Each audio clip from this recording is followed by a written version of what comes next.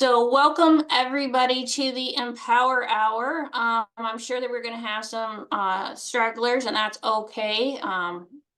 We forgive, we got graciousness. This is cool. So I wanted, before we get into saying who's here today, I just wanted to welcome everyone to the Empower Hour. The point of the Empower Hour is a chance for folks to ask their business management leadership questions to a panelist of experts, so you'll have an opportunity to hear a variety of answers based on experience that they've had with clients, as well as experience that they've had in their own organizations and businesses. Also, I just wanted to give you some updates on what's going on with Empower People real quick. So Empower People is going through a membership drive right now. We're trying to get 100 new members to Empower People by the end of February. So please spread the word. What's totally awesome about this is all of the members are going to be enrolled into a giveaway where they get 20 minutes of airtime with Mike King on ESPN Richmond, as well as a 60-second radio commercial. So please help us spread the word. Also, this may be a little awkward because one of our panelists is here who's giving our next course, which is next Thursday. Putting John right on the spot right away like that. He loves it. So John's going to be giving the course on the 15th at 1 o'clock, and he's going to be talking about the difference between subcontractors and employees.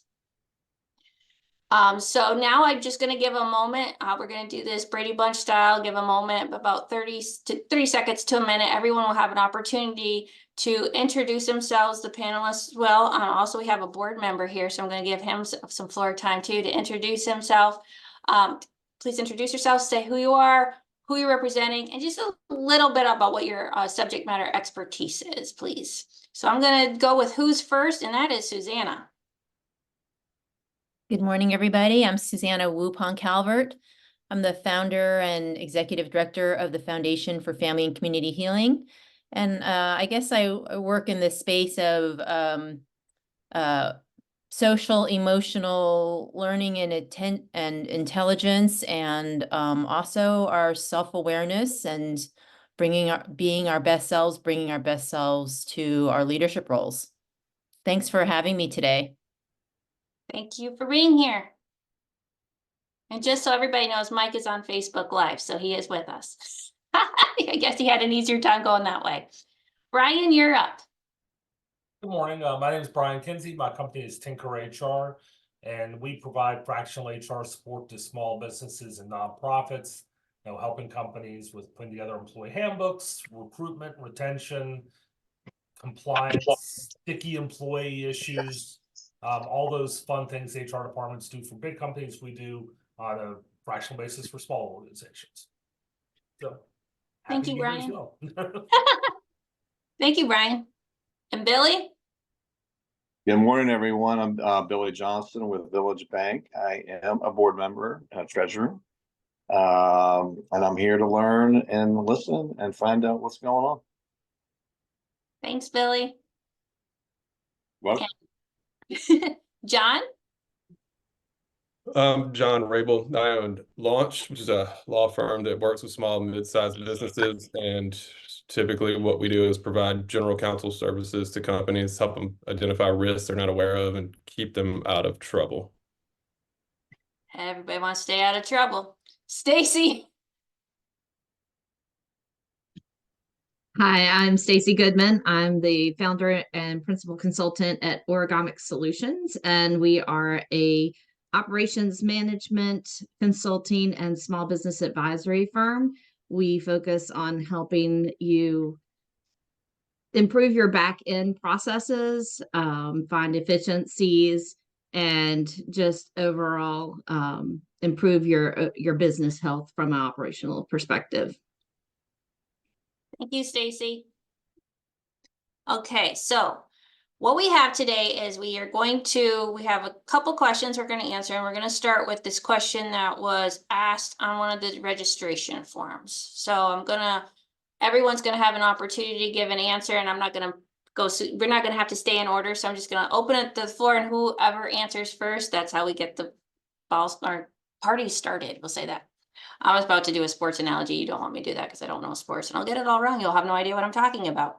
So the question from our Empower People member is, quote, I am starting a business in a new I'm starting a business in a new community. How do I showcase my brand?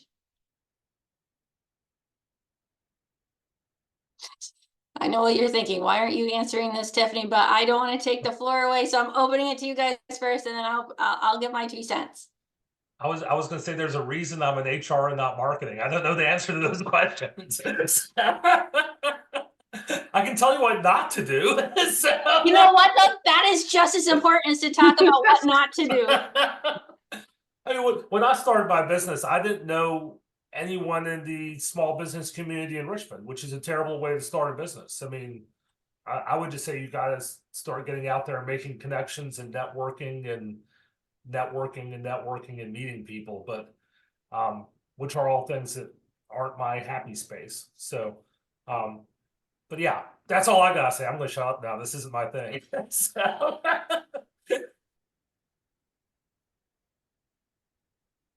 I'll just agree with what Brian said.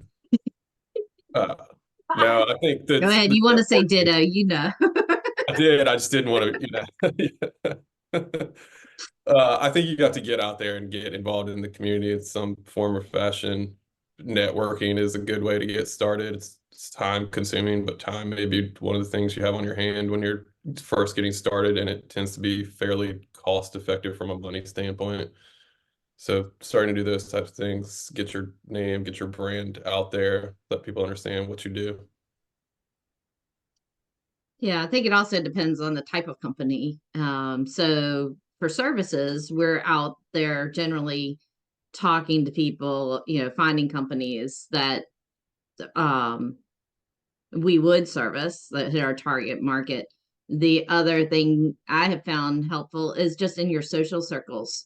So let your friends know what you do, because a lot of time our family and friends don't know exactly what we do. I know my family is still confused sometimes as to what I do. They're getting it better now.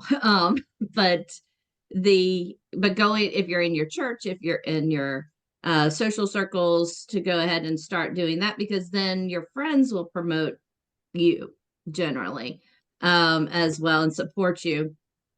Going out and getting in with the chambers of commerce or whatever's in that local community.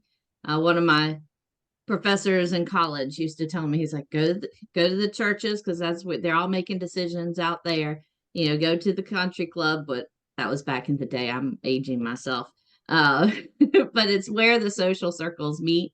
If you have a product that you're selling, you're a B2C kind of customer, and if you can position yourself in events, things like that, where a lot of the politicians, so to say, they're out at a football game handing out cards. That's not to say that's the best approach. Tiffany would know that's, find a brand person and a marketing person. They'll get you on a campaign and tell you exactly what to do. I know that from experience because I'm going through it now.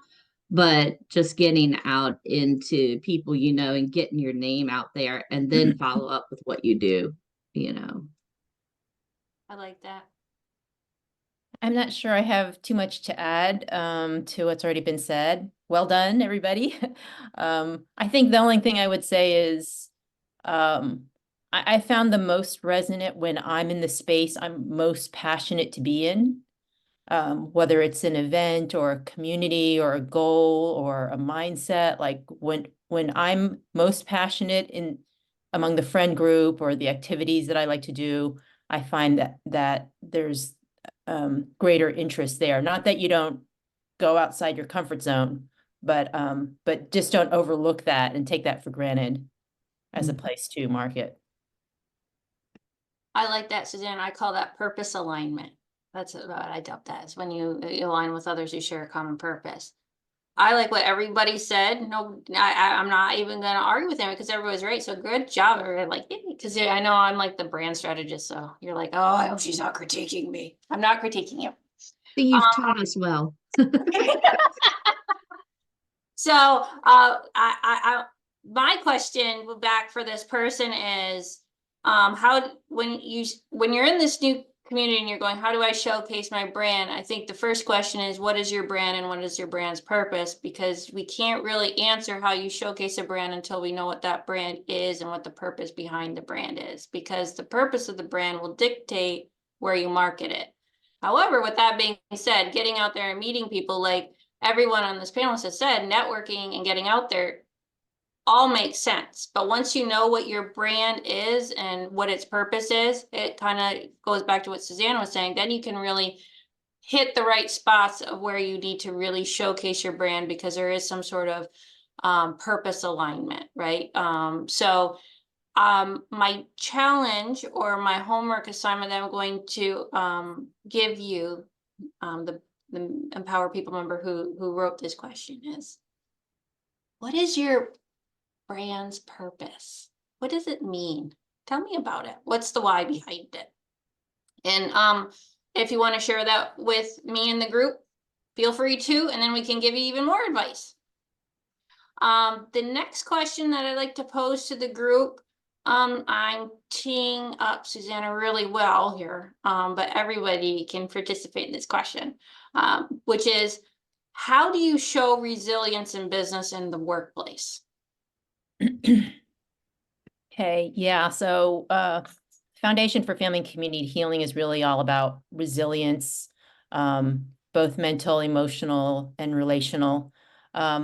So for me, a company is only as resilient as its people, and its people are only as resilient as the leadership. And their leadership is only as resilient as they understand that fragility can happen on almost any level. So of course you want to do your operational and financial, et cetera. And we like to talk about our physical health, but the thing that we frequently overlook is that psychological, mental, and relational, social, emotional, basically. And so I feel like it's a really good practice that whenever we're feeling uncomfortable in one of those settings, that we take the chance to do some inner work and to get to know ourselves. Like, why am I feeling this way? Why am I behaving this way? Because if we allow those inner issues to just fester, they tend to come out in very unpleasant and unexpected ways, or in ways that we can't control. And so when we do our inner work and basically have a deep understanding of who we are and what matters most to us, that we get beneath the chatter and negativity of our minds, that we honor our minds for what they do well, but that we also honor our heart and our souls, and what we're really, since we're here to do and how we're here to do it, and that we honor that in others, that we can take our resilience to a whole new level, because we don't, we're less likely to get in our own ways, in ways that are self-defeating and counterproductive, and then we can find what our real hopes are for the others that we are trying to help be successful. So instead of just viewing them as a cog in the wheel and a means to an end, we can see them for who they are, and that they are bringing their own issues to work, whether they want to or not. And not that we have to fix it for them, but to just be able to meet them where they're at and see their humanity and see how we can be supportive of them in a way that's appropriate for our roles. So really just not only looking at our own issues, our internal, they're not really liabilities, but things that we need to work on. We can also access that strength that's being hidden by those challenges. So by addressing the issues, we can also tap into strength, and we can help others to do so as well. I got a couple questions. I'll start with one. This is for the group now. First, Susanna, before I ask these questions, just for clarification for the folks here and for anybody who listens to the recording later, can you give us just a really good, simple definition of resilience? Well, resilience to me is just being able to bounce back in the face of adversity, but even better, there is this thing called post-traumatic growth. And so the challenge doesn't necessarily have to rise to the level of trauma for you to grow from the challenge. So to me, something is only bad if we suffer and do not learn and grow from it. Challenges are opportunities for us to become wiser and stronger and grow. And so challenge into growth is what I would define as resilience. And in this era that we're in, boy, it's growth galore is available to us. I like that. I like that. So here's a question I have for the group. Over the course of your career, how have you built your resilience? How have you grown? And can you share your experience with that?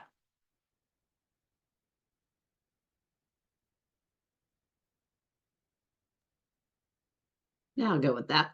So, Stacey, I just gotta say before you get to say this, John and Brian, you cannot say after Stacey ditto, because this is personal now. You cannot say absolutely, yeah, you didn't do that. So career-wise, I've been consulting for over 25 years, and going through corporate consulting, I started my career in manufacturing, in the small local manufacturer. And Harry Tallheimer was my boss, which if you've grown up in Richmond, that's a strong name. You know who he and his father ran the department store. And I was young, and I was a female in a very male oriented business in manufacturing. And he and the other boss that I have, Steve, taught me I needed thicker skin. I couldn't let my emotions completely, dominate who I was in the workplace. And that started the path of growth. And then I went on into consulting for Accenture up in Northern Virginia, which was my first time I had ever left Richmond. Had to go find a place, live with a person I didn't know, just out of the newspaper, which is completely, if y'all, out of my comfort zone. So I had to learn to be on my own and more confident in myself and independent to move into that space. Was traveling all over the United States. So that was just again another growth piece, but it prepared me to go into environments that I wasn't familiar with, people and what was going on. Then I moved back into Richmond to a local firm, and that firm grew from 80 people to now it's 1,000 people. I was there with them for with CapTech for 8 years, and that went from I saw a business go from a family business up into a corporate business, a huge corporate business. I left when they were about 400 people. And I had started a program called CapTech Cares, which I'm very proud that it's still in existence. And we made baby blankets, and my nanny for my son made the blankets in the company colors, and we made little t-shirts, so things that connected. We gave cards, birthday cards. We did all of that to keep that family feel as the company grew, and that kept those connectivity, because now I have connections of people that I worked with that are still strong, that I network with over time. And so that was important to understand, building and keeping those relationships as you grow through your journey. And there was a personal situation in my family that was handled in a particular way that I guess didn't work for me as well. And I ended up moving on to another small social entrepreneur consulting company. And I stayed there for about 4 years. I had another personal issue, but the owner of that company came up and he said, "This doesn't define you." And that was talking about, like what Suzanne was saying, how leadership makes a difference. And so you learn these lessons as you go through changes in your life and challenges, and then I try to take and internalize them. So now I own my own company, and I have an employee, and he is, starting his life with his wife, and they're having growth opportunities. And so I want to make sure that I take those lessons learned and I apply them back to make his experience in the workplace, even better. So I think it's important not only to go through those things and find people who can help you through them, but also to remember them and take them along so that you can you can apply them and make, make the workplace that you are cultivating or that you work in the place you want to be working in. So be I stole this from Dave Ramsey, but a culture cultivator. So you're nurturing, you're taking all those lessons learned and you're making it, a better place. So now y'all can't say ditto because you didn't go through that. Sorry, folks. It's just an inside joke with me and John and Brian. It's a good joke. Mm. It is good.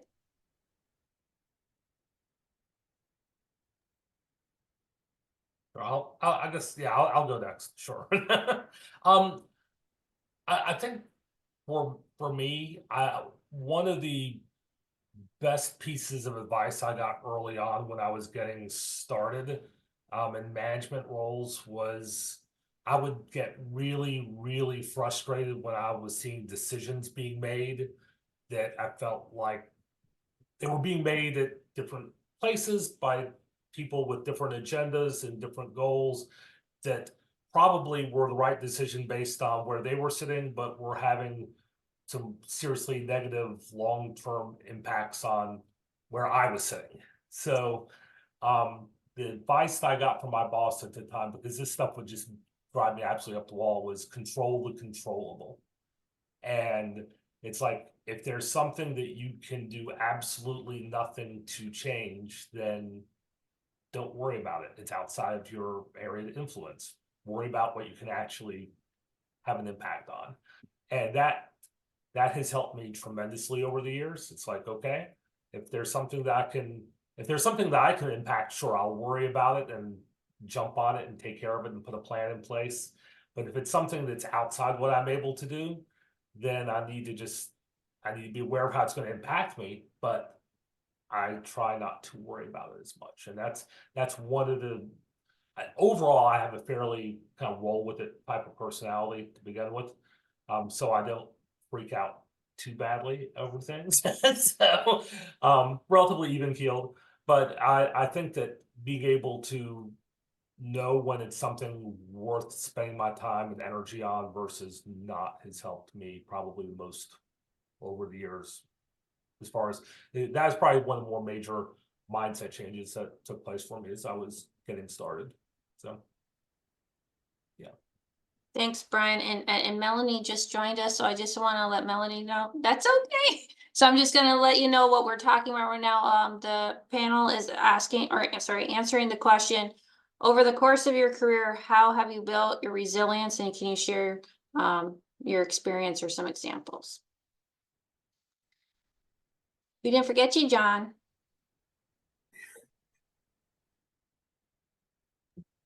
Oh, I thought Melanie was going. She's No. visiting. She's not a panelist. Well, she came off of mute. I didn't want to interrupt her. Oh, okay. So I think I'll speak about it in terms of running a small business. I think it probably applies whether you own a small business or you work in a small business. You're sort of going to get a crash course in resiliency, and you're going to either pick it up or you're not. It'll be to your detriment if you don't. I mean, it's endless things, right? Sales that you lost that were no fault of your own, sales that you lost that were definitely your fault.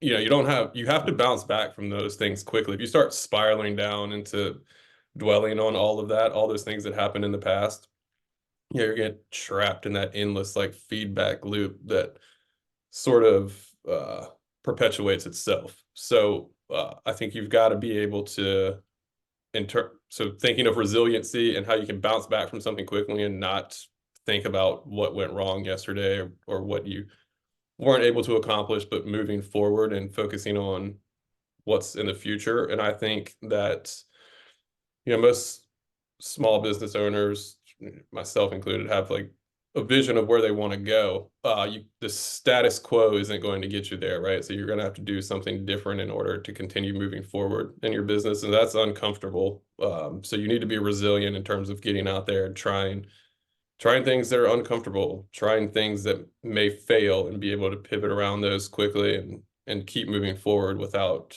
like I said, getting trapped back into being concerned about all that.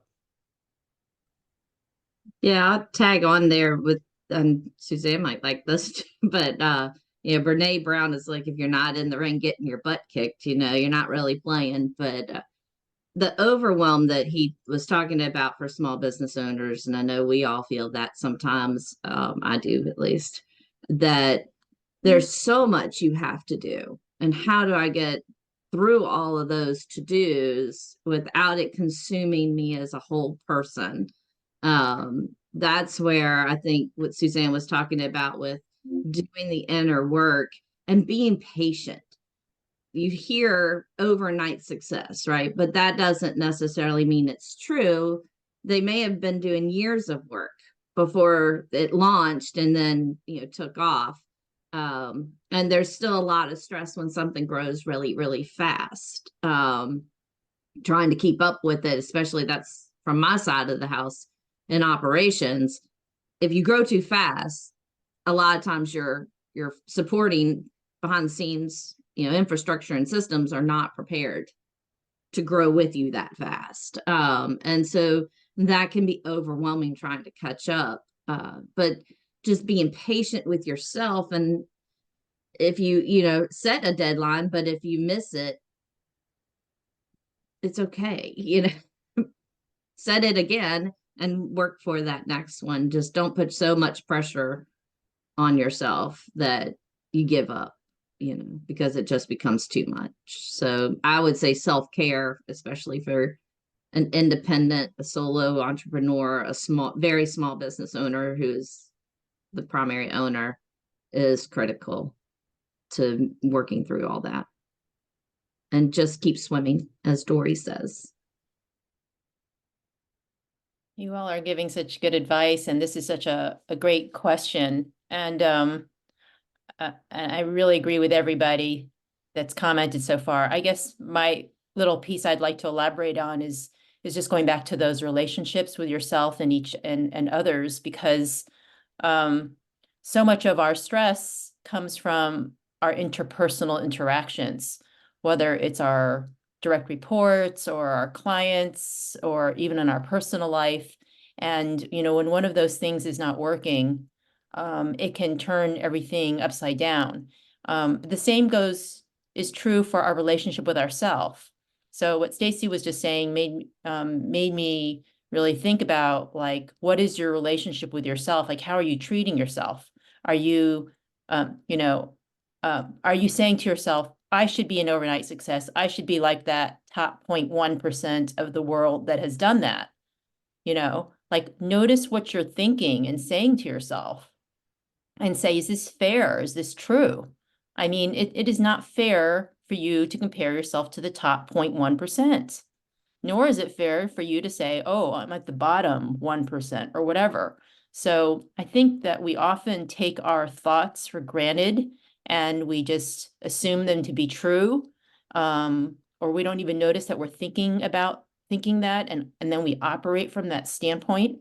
So this is where that mindfulness comes in, that we slow ourselves down enough to go, what am I thinking about? How is it affecting my decision making? Is my to-do list, are all those things really important? Or am I doing it to try to avoid something? Or am I just doing this out of habit?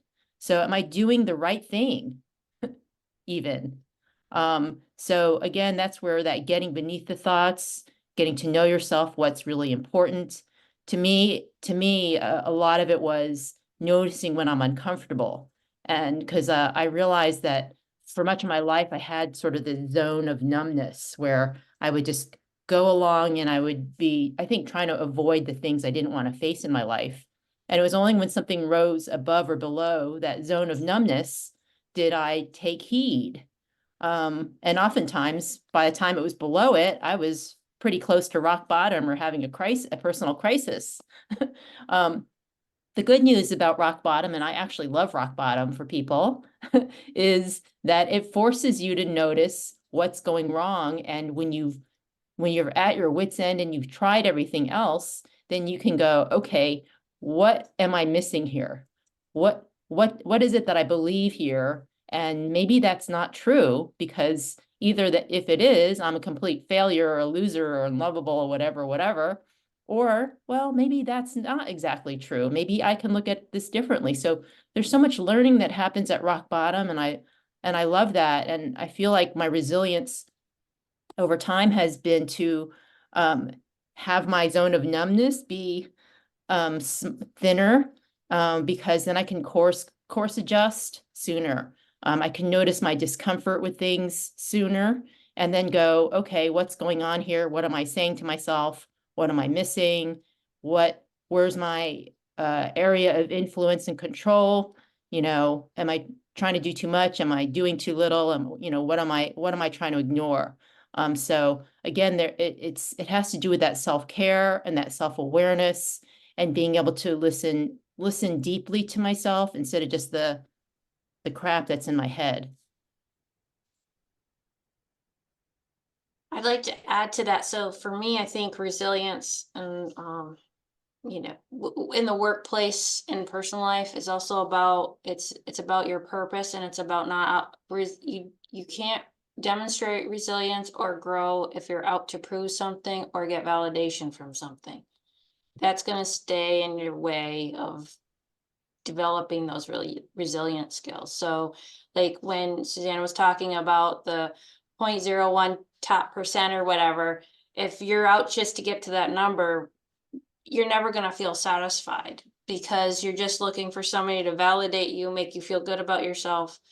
And resilience really comes from within and about feeding yourself and your purpose. So I learned early in my career, like to do based on and to help people based on what's rooted in my purpose. And it's kind of like what Brian was saying, like I can't control what their purpose is or what they think their purpose is, and they may not even know.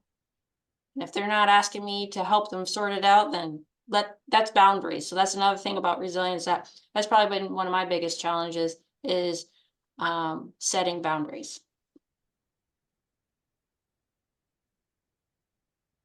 Here to that. Sounds so easy, but it's not for me. No, I completely agree. I think that's one of the things also when COVID hit and we were working from home a lot and starting this whole Zoom world that we're in today. One of the common themes was it was difficult for people to make that boundary of, work versus home. I know I had that. It was, everybody had to, make it a decision. We were going to stop at 5, or else you just kind of kept on going because time just got away. But as a small business owner, I work from home heavily now, much more than I used to.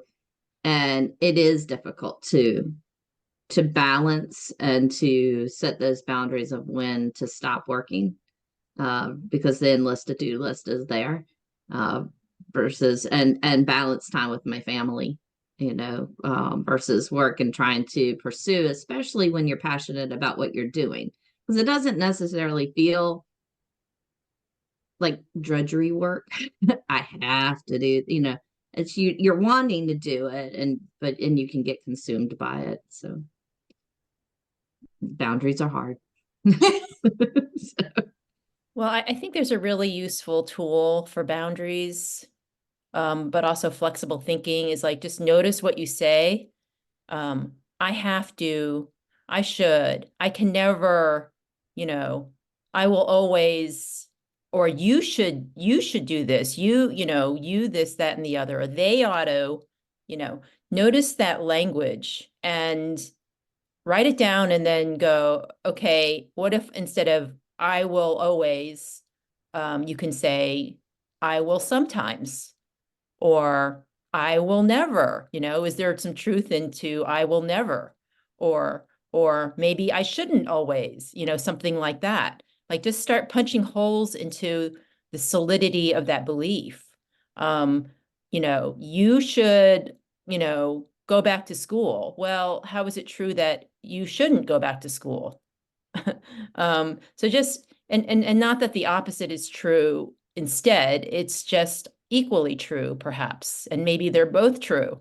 Like there's an upside and a downside, and what viewpoint in the middle would give you the best frame for constructive response. Also, complaining about other people or situations, that's pretty much all projection. Oh, Stacy is so opinionated. Then it's like, oh, okay, oh, that's my opinionatedness that I don't like here. So, but we could also say that about positive projections. Oh, Stacy is so brilliant. Well, maybe I like myself the way Stacy's brilliant too. That makes sense. There are two things when you were going through that I was thinking about, and when you say, I should never, you should never, like when you're making those statements, there's something I created, because this is something that as I said, I'm struggle with boundaries and how I think about myself and stuff like that. So one of the things, I wanted my kids not to have the same battles, or I tried my best, right? That's all you can do. Ergo, the sign I created that sits in the kitchen on the wall, or the kitchen wall, it says, if you always do your best, you have no regrets. So, and the point of that is, if you're just always trying to do your best, it doesn't mean you're going to win every time. You're not going to be the best at it, but you've done your best, and there's nothing to feel ashamed about or feel bad about. And I kind of feel like that kind of alludes to what you were just saying. And about, I don't know, 5 years ago, I'm ashamed to say y'all probably knew this years ago, but that expression of, and I literally do this to remind myself, like when you point your finger at somebody else, you have 3 fingers pointing back at you. That means whatever you're mirroring it back. You're either like upset with yourself, or like you said, or you really like that aspect of yourself. So I just wanted to share that as a good little visual of when you point at somebody. I have a question for Brian, because I feel like a lot of what we're talking here, oh, Brian's like, shoot. But in the HR world, I mean, how does resiliency play out in the HR world? I would say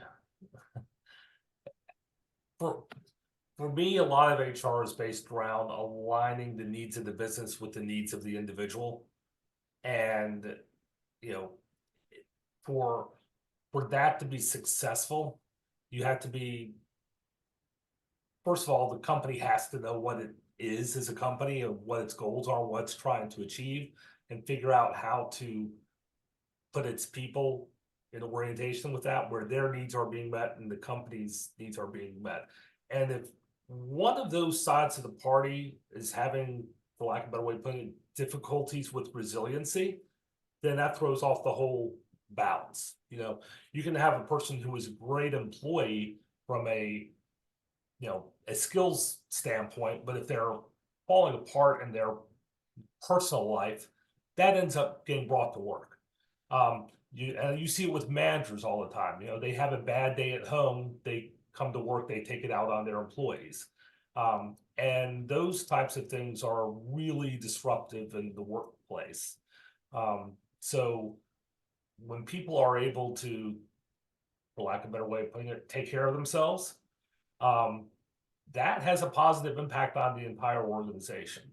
And organizations that are able to give space to people to take care of themselves, or provide resources to help them take care of themselves, those organizations are better positioned as a company to move forward. You know, people like, okay, these like an employee assistance program, it's like, oh, that's some soft squishy thing, you don't really need that. Well, you're right, 85% of your employees probably don't need it, but you know, the 15% to do, it really helps. And probably a bunch of those people, the 85% that never use it, probably should be using it. So I'm not saying that, you know, that's going to be a be all end all answer for companies, but you know, but being able to work with employees when they are having those like personal issues going on, successfully navigate those to help them through that can be something that adds to the overall strength of the organization.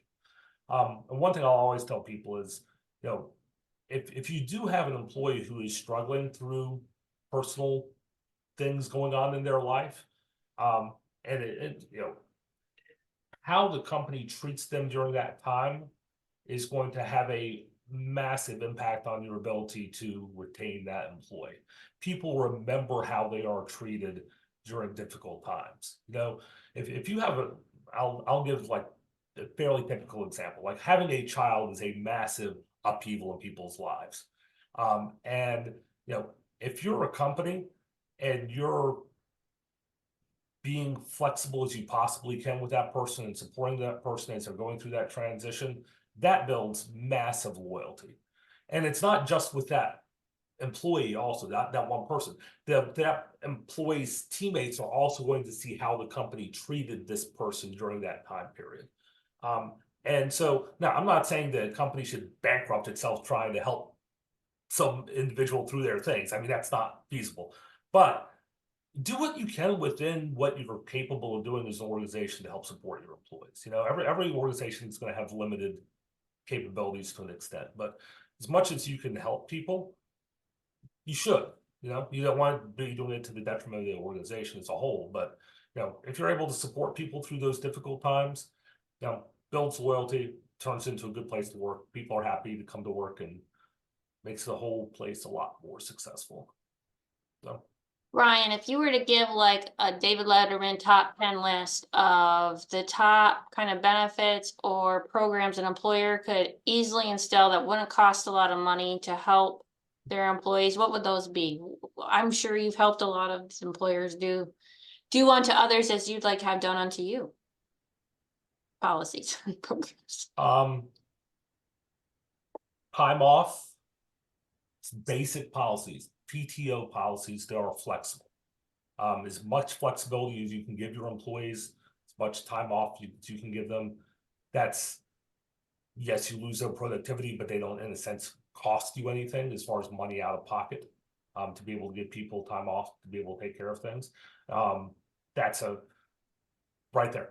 Give people holidays, you know. This sounds really basic, but a lot of small companies, when they're first getting started, just simply aren't offering those things. They're not, they don't feel like they can because we only have 2 people on staff. How can we give people time off? But you know, being able to offer those types of things, really, really basic. A lot of people, they might not be able to provide healthcare, but being able to provide this employee assistance program is relatively inexpensive for companies to offer. Some soft benefits that are smaller, that are relatively inexpensive. Life insurance, not that expensive. Disability insurance, typically not that expensive also. Those are things that are worth looking at.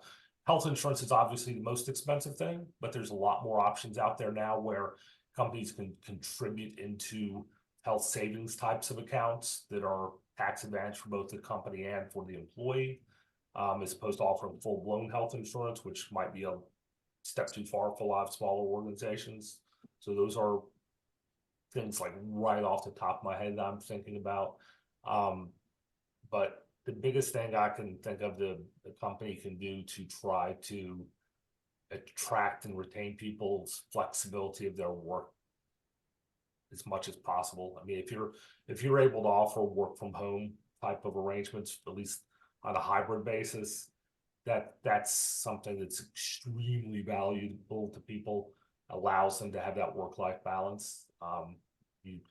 The companies are doing the best right now for attracting and retaining people are the ones that are able to offer that type of flexibility. So, and again, that flexibility, not something that really costs you anything in a sense as well. It's not dollars out of your bottom line if you're able to be flexible. So It could save you money.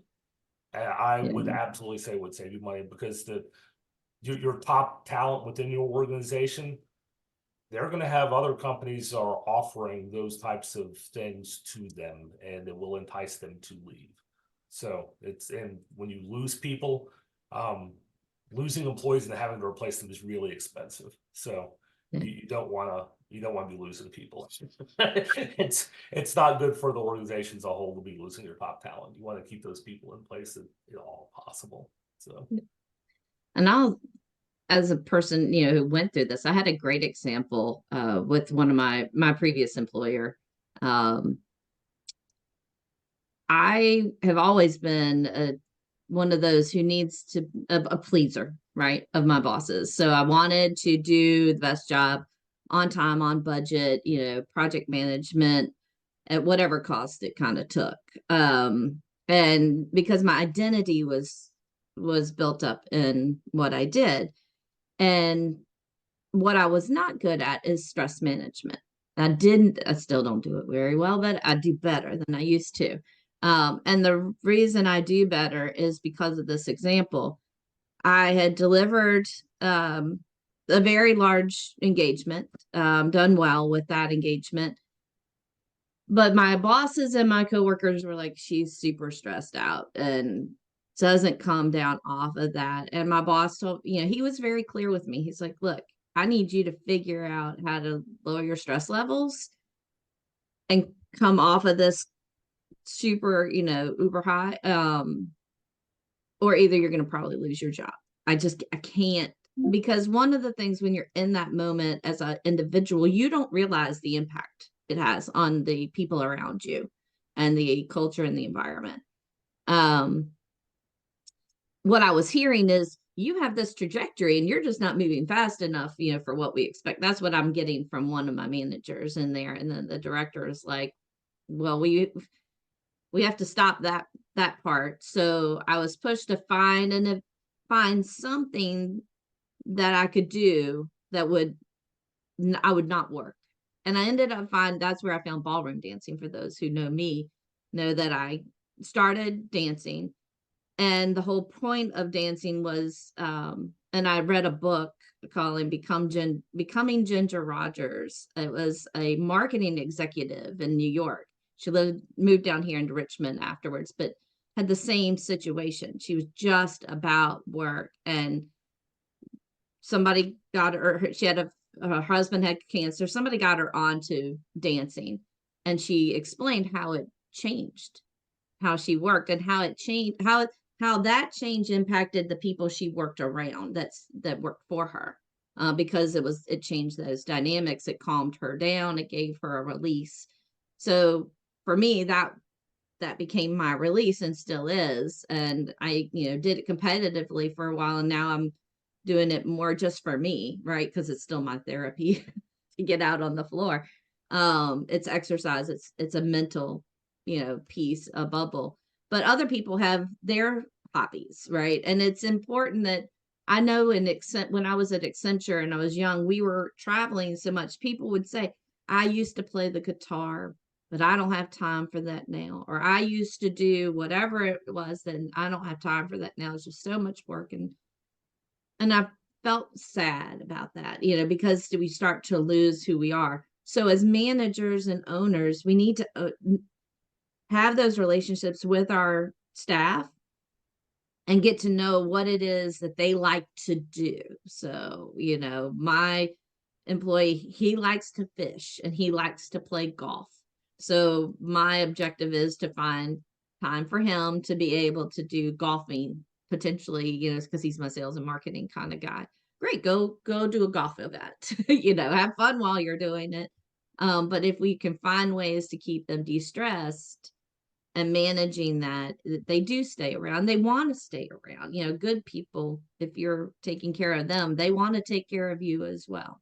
But it was critical that I had and pivotal in my world that I had a manager who cared enough about me to say, you got to fix this piece and understand the impact of what that piece has on your family and your coworkers and on you, because I care enough about you over my bottom line dollar. Yeah, I'll jump back in off that. I mean, that's really important to know what your employees are looking for. Especially when you're designing, benefits programs and things like that. If you want to offer health insurance, well, do your employees actually want health insurance? Are they already getting it through some other means it's going to be cheaper for them than what you're going to be able to offer them? You have to know what it is your employees are looking for. If you have it in your entire company is filled with pet lovers, okay, maybe you want to offer pet insurance for them. That's those are the kinds of things that when you're designing a benefits program, you should think about. The one other thing I can think of as far as programs to help support people, a lot of people are looking for opportunities for growth and learning within an organization. They don't want to feel like they become stagnant. And so if you're able to provide them with training and opportunities to do different assignments and learn new things and pick up different skills, again, those are all things that help people individually, also helps the organization.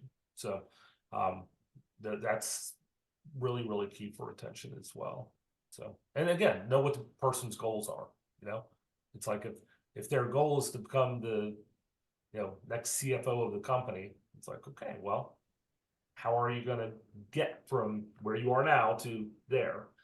And if a person doesn't want to do that job, then maybe you should be trying to push them to that job. You know? It's like not everybody wants to be the big boss necessarily. So knowing what people are looking for and needing from their company is really, really critical. So I'd love to just build on that. Brian stated it so well. I guess another way I would say it is to focus on what they need to be successful, not just at work, but in their life, like seeing them as a whole person and what do they need for success? So some of those things that Brian mentioned are what they need for success, but they may also be communicating other things they need to be successful in their work. And if you just go, well, that's not really a thing, or I don't see why that matters. That doesn't affect me. Nobody else seems to care about that. I mean, if they're telling you, then take their word for it. Again, not that you can necessarily fix everything, or should, but listen to them and then also like really honor like where they are. If they're not being productive, is it a personal issue or is there a skill gap? Just because you know how to use a Excel spreadsheet doesn't mean they do, you know, or maybe they have computer anxiety or there's something that's affecting their performance that could use discovery. And what really burns me is when somebody is not a good fit for their role or they've not been trained properly, and then people just write them off as being lazy or stupid or this, that, and the other. And if your employee is not performing, it's the manager's fault. And oftentimes managers don't want to look at themselves. So, you know, really assessing like, is this role right for them? Is this culture right for them? Or is there something that we're doing or I'm doing that is interfering with their ability to be successful? And as Brian was saying, like, well, what's their definition of success? Where do they want to go? As opposed to what do you need them to do? You know, so just being really clear, is that a good fit? And another pet peeve is, you know, we love to promote people who are high performers and put them into leadership roles. Well, you know, oftentimes if they're great at technical things, why do you think they would be a good manager or a good leader? It's like, we're going to completely change your job description and expect you to excel at that without doing any, you know, onboarding or skill development or whatever. So, you know, we just set up our best employees to fail when we do that. It's called the Peter principle, right? But it's really true. And it's really sad. Especially when then, you know, that can create a downward spiral because that manager is not trained or they're not right for the role. They take it out on their employees. Then the whole department starts to suffer. And then, you know, talk about a resilience issue. That was a unforced error you created. Yeah. We only have 2 minutes left, so I'm not gonna put Melanie on the spot, but Melanie, if you do have any questions, you feel free to ask right now. It looks like she's trying to find the unmute button. There we go. Sorry. I thought I was on my computer. I just tried to unmute my computer instead of my phone. No, thank you for having me. I'm sorry it was late. I got stuck on a call. No, I don't have any questions. This has been super insightful. Thank you so much. I just pray a whole lot. That's my resilience is I've been praying a whole lot. So I've been taking a whole lot of notes and I thank you for all your knowledge. Thank you, Melanie.